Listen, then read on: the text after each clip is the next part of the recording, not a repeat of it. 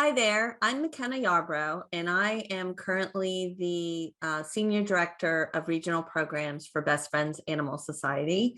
But I'm here today to talk to you about a project that I did when I was an Executive Director of the Lynchburg Humane Society in Virginia. So this talk today is all about our campaign, our capital campaign to raise funding for our new building, which I'm going to go through all the various steps, and hopefully you all can take away some interesting ideas for your own campaign. So let's get started. So the very first thing you should know about Lynchburg is in 2009, the board of directors read the book Redemption by Nathan Winograd. That book resulted in a board member deciding that it was time to change the organization that they knew. And as a result of that, they hired the very first executive director, which was me. I was the first executive director for the organization back in 2009. I started in July. And the reason they felt it was time to hire an executive director was because they were needing a professional to come in and truly run the shelter to elevate it to the next stage. And I'll talk a little bit more about where we started when we started this campaign and where we ended after the campaign was done. But I was the very first executive director. Before that, it was a board of around 5 or 6 running the shelter in the day-to-day, and they had a shelter manager that was kind of keeping the organization afloat, but it really wasn't taking them to the next step. We also, after I started, created a vision and a long-range plan for the organization. So we knew as a board, as an organization, and then we could communicate that out publicly, what our goals were for the next 5 years and where we wanted to end and why they needed to get involved. And that's when we started to engage the community in the efforts that we were trying to change and the new place and the new vision that we had for the organization and for our community. So this is the long-range plan, the vision for the Humane Society. We changed it, and basically the goal was we envisioned achieving zero tolerance for ending the lives of savable pets in the Lynchburg community. And how we were going to do that was through placement. We wanted to increase our adoptions and return to owners. Spay neuter, we were looking at programs to target specific types of animals, ferals, pit bulls, and then also helping those people in low income areas. And then the shelter was the last piece of the long range plan that the board decided that we either needed to look at the feasibility of rehabbing our current facility or building a brand new one. And I bring this up, this long-range plan and the plan and vision for a purpose, because if you don't have a long-range plan, some idea of a 3 to 5 year plan for your organization, now is a great time to put that together. Because without this plan, without this vision, it was difficult it would have been difficult for us to go out into the community to engage them, to get them excited about what we were trying to do. And then the desired end result was a no-kill community by 2015. So when I started, I thought I would give you a before and after, and then what the new building looks like at the end. But when I started, it's the public shelter for the city of Lynchburg. We were a private organization with a contract. Our intake was around 2,700. We euthanized about 51% of the animals, 40% dogs, 64% cats. We had 6 board members, as I said prior, and our annual budget was around $400,000. In 2014, we were still the public shelter for the city of Lynchburg, and this is the last year before we moved into our new building. I just want to make that clear.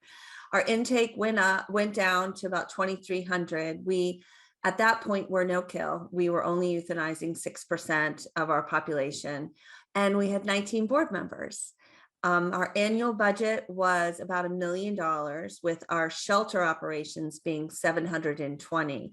The reason I break that out is because In 2011, we took over the operations of a local spay neuter clinic. The board of directors asked us to step in and take over the operations of that clinic. And we as an organization said, yes, thank you. And that's why I broke this out, because our annual budget after we pulled in that spay neuter clinic was $1 million. Shelter operations was 720, so that you can compare apples to apples when we're looking at the change in our budget with while we were still in our old building. Now, I want to just quickly talk about our ramp up of the 19 board members. We went from 6 board members actually to 5 board members because we lost one after I got hired. And so it took me about a year to start to recruit and take a look at our board makeup and bring people into our organization that we needed in order to move forward with a capital campaign. And so the new building, which we actually ended up finishing in 2014, but we didn't move in and start operating it until 2015. Our intake did go up to 3,200. Once you build something larger, you tend to fill it up quicker. And we were able to start helping other shelters around us, not just the city of Lynchburg, but we started to pull from other local county shelters that were in need around us, and then other parts of the state. We were still only euthanizing 6%. Our board members dropped by 1 board member. And then our annual budget shot up to about 2 million, with our shelter operations being 1.3, 1.4 million. So let's talk about how we got there. So what I like to look at campaigns, I kind of look at the 4 C's. You have to have your cause, your credibility, your committee members are very important of who's on your committee, and then the communications out. So let's start with our cause. So this was our old building that I've talked about. It was a metal, what we call in the South, the Butler building. It's a prefab. It had, this was our lobby when you first walked into the front door. Very unappealing. It was just not a very welcoming environment, as you can see. We had 1 window where all operations happened through, including setting up for spay neuter, adoptions. We had obviously owner relinquishments, reclaims, you name it, everything happened in that small, tiny little space right there. And the whole premise is that we believe that no animal should be killed just because it doesn't have a home. And so when you start down this path, that was a clear message that all of our committee members, all of our board members can simply say, no animal should be killed just because it doesn't have a home. And we needed a new building because our old building was in such poor condition that it actually caused more illness than it actually helped. We had poor ventilation systems. We had leaks in the roof. We had no AC in the dog runs. And so our whole vision and goal was to create a safe place that the community could be excited about. And so the very first thing we did was put together our case statement. As you can see, it starts with, you can be a part of the change. It talks about what the change is and our new vision and why we needed the change. We talked about the status quo within our community, and it talked about all the different reasons that we needed a new shelter. And it wasn't just to be a new animal shelter. We truly saw this as a vision of a new community center that was also a place that sheltered animals. And so in the next page here, you'll see that we outlined all the different problems we faced in our current facility and what we couldn't do in our current facility. And then we talked about our bold vision, how we were solving the problem in our community. And then we talked about what that new building would look like. And we threw some programmatic work on the last page. This case statement was created actually by me. I put it together. I wrote it. I obviously worked with some key board members to help me with the language and what we wanted to say. They edited me. And And this was something that we could easily print out whenever we needed it. I took this case statement by looking at examples of other people's case statements. So this is open to anybody who's interested in receiving this. I can certainly share this document with you. So we have a case statement. So we know the cause. We know why we want to create a new building. For us was a new community center. It was a center for pets is what we called it. And so the next piece is credibility. So one of the things that we were told is that perhaps we want to do a feasibility study on why, to see if the community would support this type of project, if our donors would support this project. And so this is all the different reasons on why you should do a feasibility study. You want to see if your community's perception of the importance of the need that you're trying to raise the money for, feelings, both positive and negative, about your organization, the size of the potential donor base and the ability to give, ability of strong campaign leadership and effective volunteers, internal resources available for the campaign, external factors that could influence the outcome of the campaign. So there's a lot of great reasons to do a feasibility study. We chose not to do a feasibility study. We didn't want to spend the money for the outside consultant to tell us what we already knew. We did not have credibility in our community. We were an organization that not very many people knew. We didn't have very many donors. The largest donor we had was one person, and she gave around 10 to 15,000 each year, which was great for us. But we had very little footprint in our community, and nobody really knew much about us other than we were an animal shelter. And most of the community didn't have very good feelings around our organization because of some of the old ways of operating. We had turned away a lot of people that were wanting to help us from our own interactions with them, whether that's denying them an adoption or was rude to them when they came in to donate. There was a lot of different factors. And so we decided not to do the feasibility study because they would tell us we couldn't do it. And we had no choice. We had to do it. Our building was falling apart and was in terrible condition. So we really had no choice other than to move forward with the campaign. So our timetable, I wanted to go through kind of briefly to have an idea of the steps that we took in order to build up some of our credibility in our community. So our goal was $4.8 million for this campaign. The very first thing that happened was we took a look at our current building. We got costs to fix it, and we really realized that the old building didn't give us what we wanted. We wanted a true community center where people could come in and volunteer, feel happy being there, excited to be there. The animals were in great living conditions, that they were getting the proper ventilation systems that they deserved. And that building just was never going to support the programs and the conditions that we needed for the animals. So the very first thing was getting the board committed to a new building. So it took about 5 months for us to research, to have conversations, to really look at what we wanted to accomplish. So that happened within 5 months. The next thing was growing our board, as I said. So I got in, started working on operational changes, which were extensive and massive at first. And then I worked with our board president at the time to take a look at our current board and start making decisions on what type of board members we wanted to bring on to into the organization.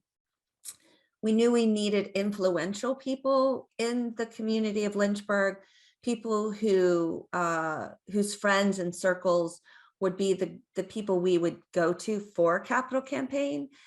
We knew that we needed more different, diverse business individuals. We added a real estate agent. In fact, we added 2 real estate agents, both very well connected in our community, both very philanthropic, and high-end realtors who knew who the real buyers were in town that could help us connect with some wealthy individuals. We added an accountant. We added a doctor. We added 2 attorneys. So we started to look at what was lacking and what we needed to really bring in the right people to help us with this goal.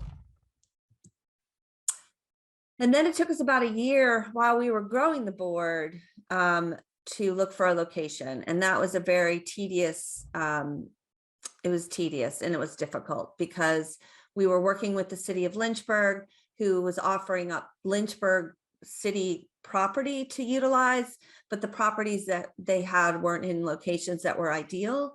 And the properties that we really wanted, they didn't want us to have.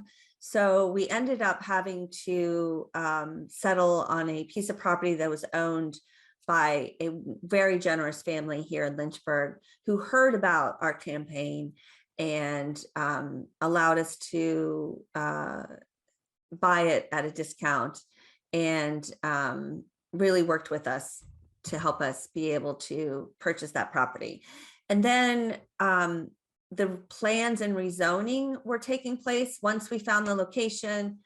Took us a while to finalize the plans, get the zoning approved because we had to go through rezoning.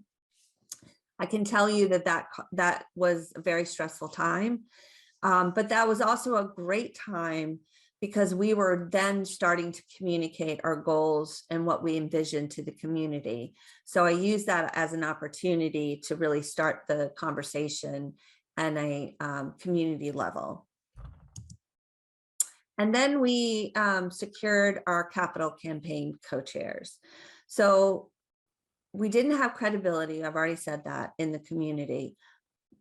Growing the board gave us that growing credibility that people were starting to talk about us because we had a new plan, we had a new vision, we were operating better and differently and positively. And so there was a little bit of buzz in our community about what was happening. And so in August of 2011, I was able to secure 2 co-chairs. Rosemary Dawson was already a board member with us, and her husband was the CEO and chair of the healthcare system in our city, Centra Health, and he was retiring. And so they became co-chairs, but it was not an easy path for me to get George to agree to be a co-chair, even though his wife was on our board. He's a type of individual that doesn't want to hook his horse to a cause that may not meet their goal. And he was concerned that we weren't going to meet our goal of 4.8 million. When I sat down and had lunch with him, our board president, and myself to do the official ask of him to become our co-chair of the campaign, he told us that we wouldn't be able to raise the 4.8 million goal that we had put forward. And he did a lot of talking that day and told us all the different reasons why we couldn't accomplish it. And the number one reason was it was during a time frame where there was a lot of uncertainty with the financial world.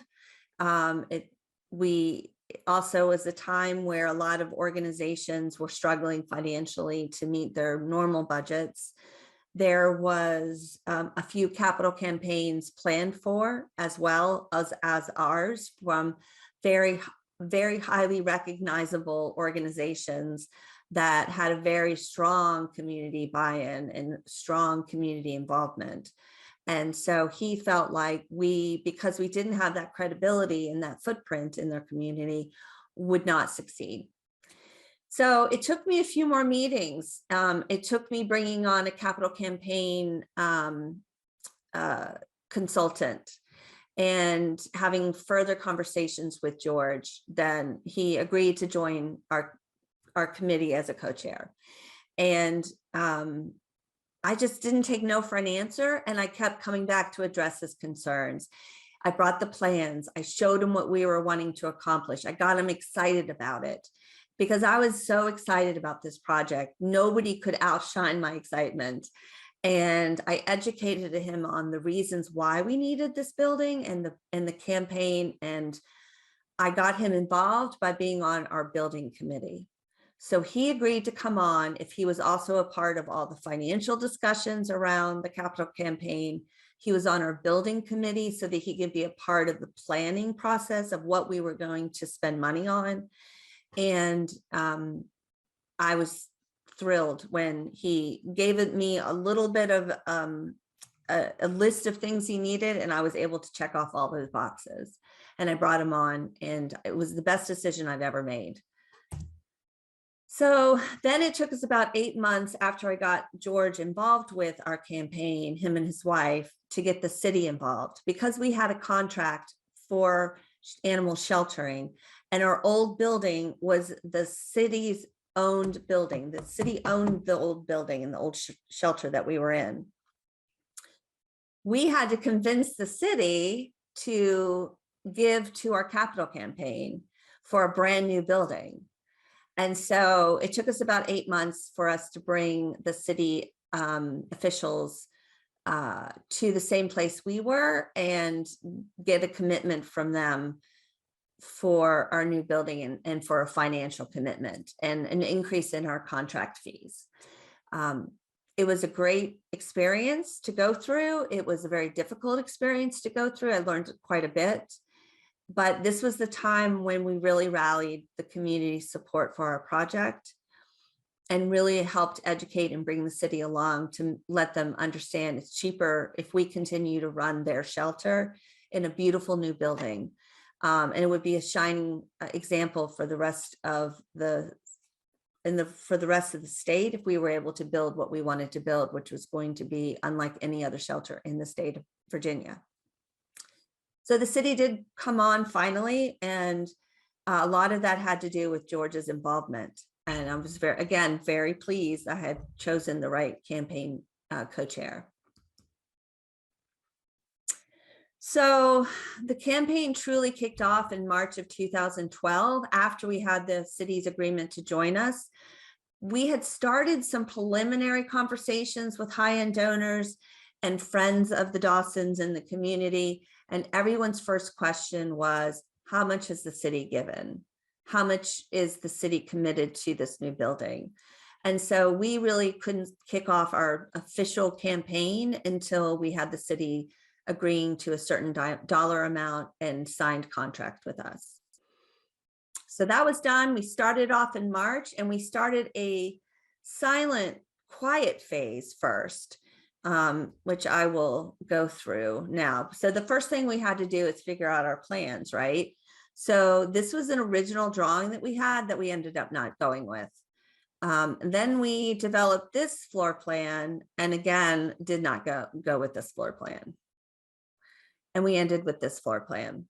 And once we got the floor plan figured out, we had an artist drawing done of the interior. So it looked nicer and it was something we could hand out and give to people. We then started looking at naming opportunities and where people could put their name for a high level donation.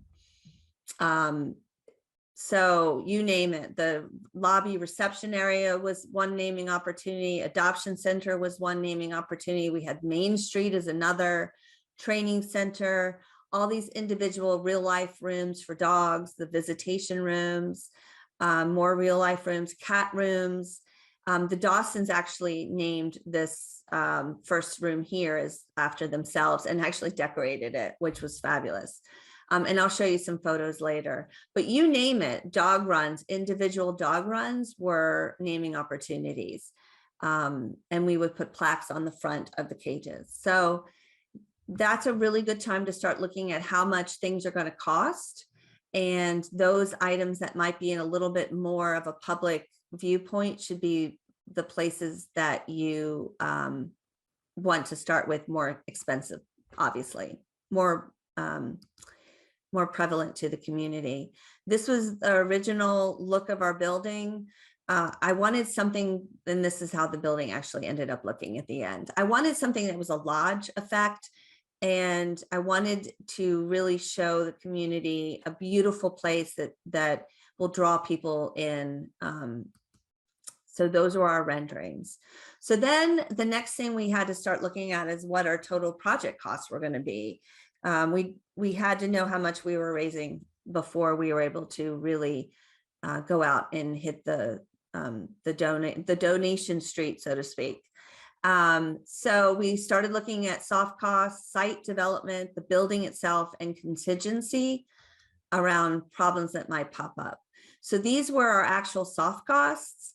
Our land was $720,000 to purchase. Our connection fees were $75,000. We actually budgeted for a donor wall. We budgeted for pledge loss. I think this is very important because you will have pledge loss. And so we just took a percentage that we felt we were planning on losing, so to speak. We actually didn't lose very many pledges. About 98% of the people that pledged money gave their full pledge. It was very little that we actually lost. So that was nice. We also had capital campaign costs, which you'll see as I go through this presentation. You are going to need some money for advertisement, flyers, things that you want to put together to leave with donors for parties. So make sure you have an actual campaign cost. Furniture, we started to plan for, what the office furnitures would be, what the lobby furniture would look like. So we just put a blanket sum there. Interest carry when we needed, because we got a construction loan. Equipment, special inspections, civil engineering fees, you name it. This is kind of all of the soft costs, about $1,600,000. So we started to build up our credibility with the story and with the plans and with the costs and our capital campaign. We have the contract with the city. Now we needed to really, truly start to build our committees. So campaign committees. Our primary committee was our chairperson, which is our co-chairs. We also had community members. And then we also had a few board members. So it wasn't just board. It was also bringing in some key connected community members that had influence and would connect with segments of the population that we may not have direct communications with as board members. And the most important thing is that every committee person was asked to make a pledge. And 100% of your board must have a pledge for this new building. Otherwise, people will not give. It is far easier as a committee member to walk into someone's home and ask them to consider giving you a really important donation for them, 10,000, 15,000, 50,000, even for some people, 5,000 is a lot. But it's easier for me to ask you to consider a $50,000 pledge for a new building if I myself have also made a pledge. And so when we asked a committee member to join our capital campaign, we asked them to make a pledge. And then once we had our committee, the committee went to board members and asked them to make a pledge. And we use that as a brilliant way of training ourselves to get used to how to ask people for money, because that, as you know, is a very difficult thing to do, is to go into someone's home or meet them for lunch and ask them to pledge money. So we as a committee trained by asking the board and by asking each other. So it was really a great exercise, just a note. So then we had subcommittees. So our primary committee was tasked with high-level donors. Then we had these subcommittees where we found a dentist that believed in what we were doing. We found a doctor that believed in what we were doing. We had our own board attorneys involved. And then we found corporate CEOs. We had 3 total that helped us with the corporate campaign. And so what each committee would do is they were tasked at raising a certain amount of money from their segment of peers. And so with the dentists, we we brought all the dentists together at a nice restaurant. We sat them all down at the table and we discussed with them the plans. They got a packet of information, our case statement, floor plans, naming opportunities, and the dentists themselves would call upon other dentists to raise money for the dentist committee. So actually the dentist committee raised more money than any other committees, I must tell you. They were fabulous. And then we had doctors calling on doctors. We had attorneys. The attorneys decided to do a fun party. And so it was a party at a local bar, and we showed a nice video. We talked about our floor plan. We talked about naming opportunities, and everyone left with pledges. And then our corporate, same thing. We had a group of CEOs talking to other CEOs, trying to raise money through those committees. And so the other thing that is important to have for a capital campaign is your gift table. So you have to know how much of each level you need to raise in order to meet the final goal. So you need at least one gift of 480. You needed two $500,000 pledges or gifts, three 450. Sorry, I messed up. Let's back it up. One 480, two at 250, three at 150, five at 100,000. So you see how this goes. And then the very lower level, you'll see like 270 of $1,000 donation. So it's kind of a roadmap on how many you need of each. And it's helpful. But the thing that I found very interesting is you need 3 prospects for every gift in the pyramid. So let me go back. So if I need one gift of 480 or more, I have to know 3 people who are able to give that gift and who might be willing to give that gift. So if I need to find 2 $250,000 gifts, I need to find 6 people who have that ability and are willing to do so. So I found that interesting. So something to note. And that our lead gift is usually about 20% of the total campaign. And this is what our table actually looked like at the very end of the campaign. We received one very generous gift of $1 million, excuse me. We had 4 of our $250,000 donations, 4 of 150, and so on. It was obviously a very successful campaign, and we raised more than we originally had planned for.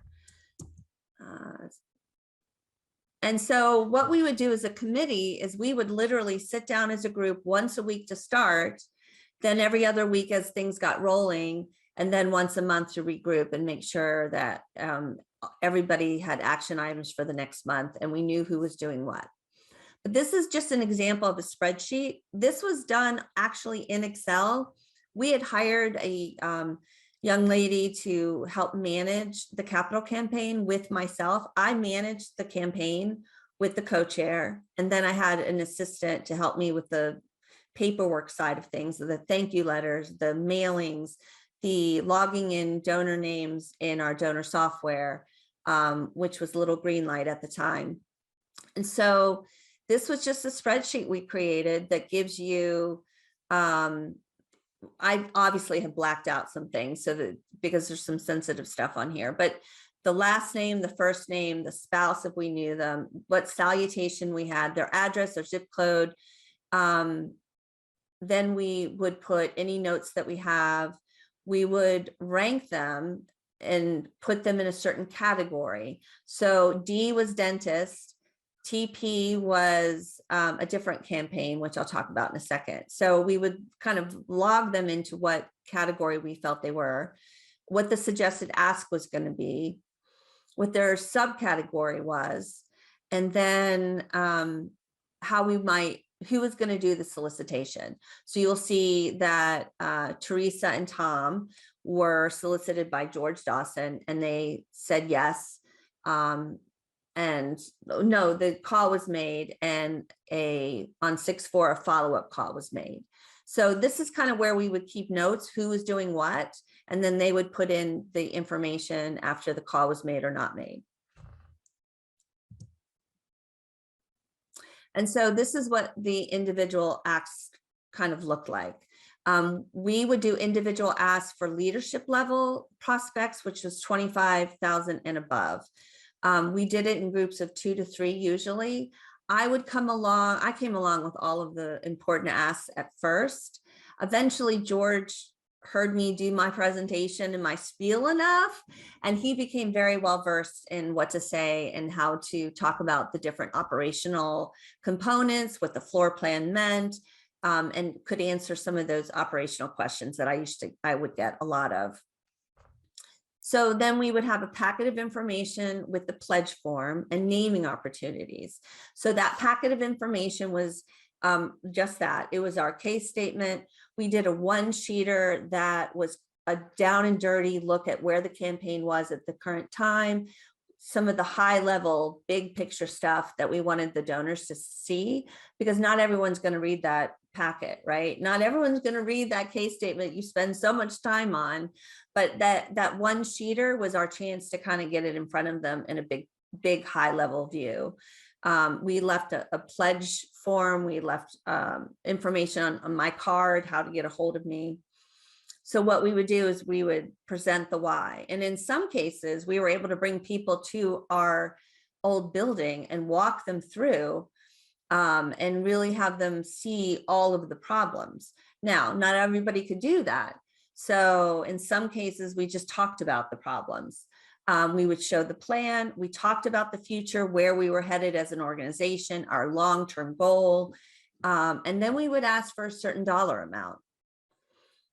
Thank you very much for meeting with us today. I'm here to ask for you to perhaps consider a donation of $50,000 towards our campaign. And then you leave it and you sit silently. Why do you sit silently? Because you want them to fill that silence with how they're feeling and what they're thinking. So often, we are quick to make excuses for people. We are quick to allow them to say no. And when you fill that space, that gives that room for them to be able to come back with a no. And a lot of times they aren't able to make that decision right away, right? They want to talk about it, especially when you're asking for money. 2 things I learned is you always ask for more than you really anticipate them giving, because they can always come down. They're not likely to ever go up. So ask for what you truly want, maybe add a little bit to it, knowing they'll come down from that. And don't make excuses for people. It is their job to say no to you. It is not your job to help them say no. Your job is to give them all the reasons to say yes. And so after the silence, if nothing's said, sometimes I'll say, I understand this is a big decision. How about I get back with you next Thursday? I give you a call and we can talk further about it. So always do a follow-up and always tell them when you're going to follow up. That way they know when to expect the phone call, and it just makes it a little easier for you as well. Then, because we had so many names of people, because what we did to collect this very long list of people who could give in our community, it was all who knew what, right? Then it was a lot of who's giving to other campaigns, who's giving to other organizations in the area. We took other very high profile donor lists and put them into our list and started diving through them.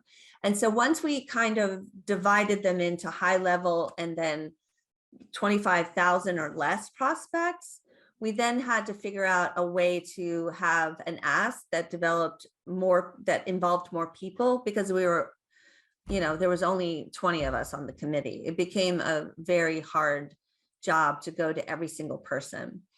So we developed these group asks. Like I said before, some of the committees had parties, had lunches in individuals' home.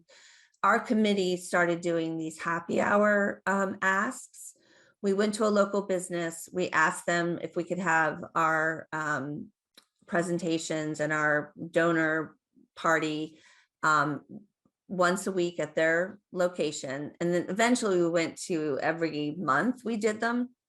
But initially it was a 5 o'clock when they closed. It was a lunch place, and we served wine, very, very minimal basic appetizers. It was not a big deal. And some water, wine, water, and that was really it. And it was for people that we knew could give $25,000 or less. It was the people were invited by a committee or board member. It was in a central location. It was nearby a business area that anybody could get to right after work.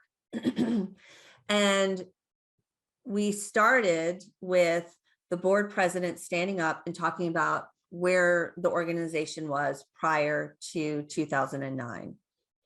Then we showed a video.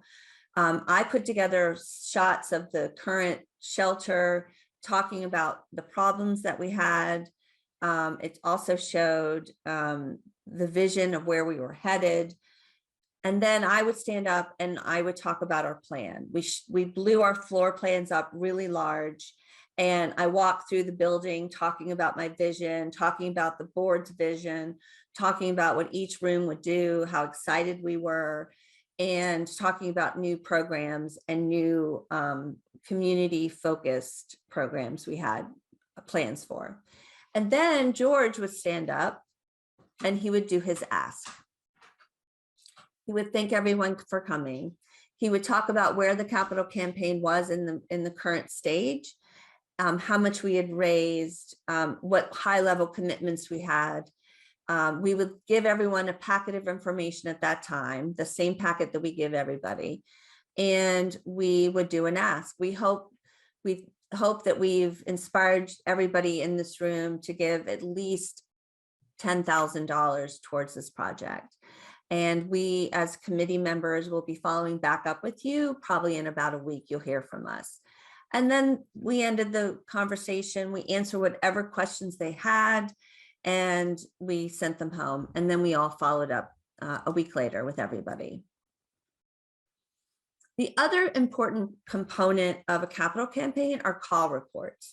If you start sending everybody out to do the ask and to build up your prospects and solicitations, then you want to start to have them fill out these call reports. So every report was the prospect that they visited, the person or the team of people that went, the date, the amount of the ask, information you may have learned from them. Next steps was who and when, the response, was it a decline, was it a yes, and then the date that we considered that ask completed.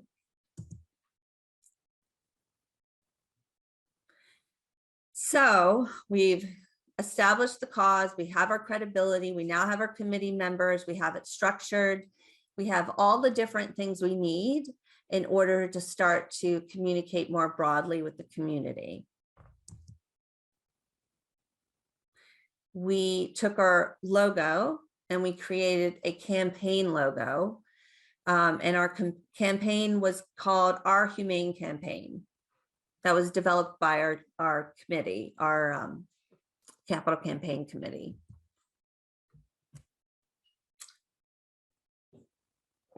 As I said before, I created the case statement, and the case statement was then printed and distributed at farther reach than our original presentation. We started to work with the advertisement and marketing company who started to help us by pro bono. They did it for free, which was really great, to kind of build out some of our collateral. This was that one sheet pager that I told you about. I created this, and it was just the new building, what the project was, where the property was going to be, the organization, who we are, and then the need for the new building. Again, high level snapshot of things that we needed people to know. Then we got these wonderful interior design of the building done. These are drawings done by a local artist. Again, this is exactly, almost exactly what it ended up looking like inside, which was really great. It has a lot of wonderful natural light, a lot of beam work. It feels like a lodge, and that was what I was hoping for when we put this all together. And so we want to show people what it looks like.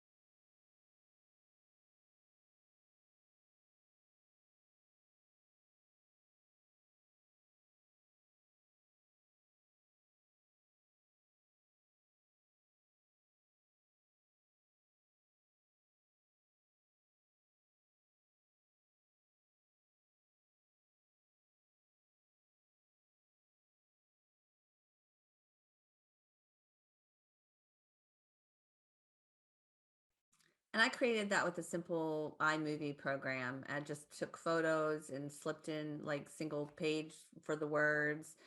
Um, I chose obviously a song that had a lot of emotional pull, but also was slightly uplifting. And there was not a dry eye in the house after we did those, after we did the videos. So our next big push was communication. So we did a lot with the newspaper. We met with the editorial staff, talked to them again, our long range plan, what the building was going to look like, what our vision was, got them excited about the program and about the plans, so that they allowed us to do editorials, letters to the editor. We started doing radio ads around that time. We sent out press releases on any positive movement we had towards the new building, and as an organization. So anytime we had something successful happen, we reached our first month of no kill. We had a hard animal that had been with us for a while adopted. We had our 100th foster success. Whatever. We truly flooded the community with all positive stories that we could to build up our community presence. So something to think about as you're doing a capital campaign. You also have to remember that this is the time where more people are looking at your organization than ever before. Make sure you have the right staff in place. Make sure you have the right volunteer buy-in. Make sure everyone knows the story that you want them to tell in relationship to the capital campaign, because they're all out there talking about it. So we did a lot of press releases. News stories. Anytime we had an opportunity, we're on the news talking about a new promotion or the capital campaign as a whole. We did newsletters. We always talked about it in our quarterly newsletters. We did mailings. We put up signage, and then we were very heavy on social media. And I'll give you some examples. Our public phase was where we did these postcards. You see, what happened was we got a donation from a very generous donor of $1 million. She did not want to just give us $1 million.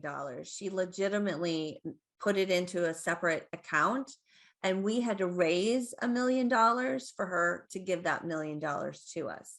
So we started our public phase after we had already raised $2.5 million in pledges and donations.